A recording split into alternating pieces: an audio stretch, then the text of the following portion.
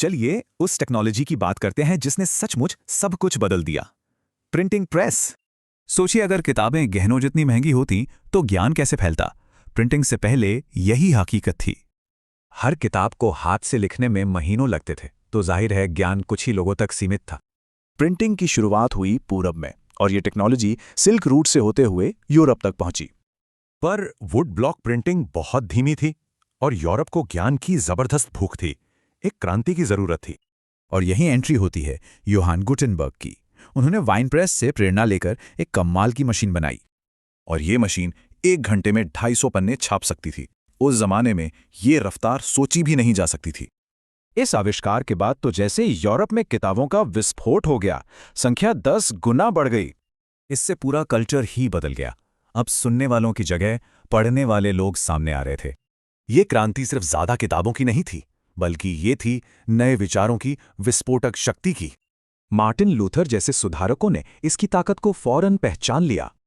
Print ने Luther के विचारों को आम लोगों तक पहुंचाया और चर्च के एकाधिकार को सीधी चुनौती दी। इस नई ताकत ने सत्ता में बैठे लोगों को डरा दिया। उन्हें अपना कंट्रोल खोने का डर सताने लगा। तो विचारों को रोकने के लिए चर्च ने प्रतिबंधित किताबों की सूची तक जारी कर दी।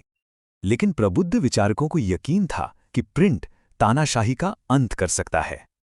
इतिहासकार मानते हैं कि प्रिंट ने फ्रांसीसी क्रांति की जमीन तैयार की।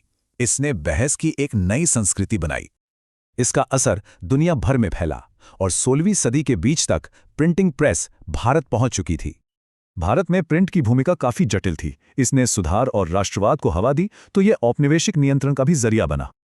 सबसे बड़ी बात, प्रिंट ने उन लोगों को आवाज दी जिनकी आवाज अब तक दबी हुई थी। इनमें महिलाएं, बच्चे और मजदूर शामिल थे। एक बिल्कुल नया पाठक वर्ग तैयार हो रहा था।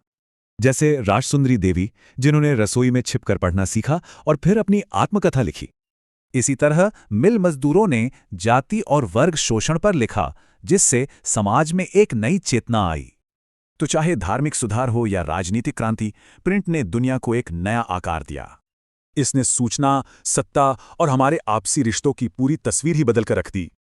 तो सवाल यह उठता है कि अगर 500 साल तक प्रिंट का राज था, तो आज सूचना को कौन कंट्रोल करता है?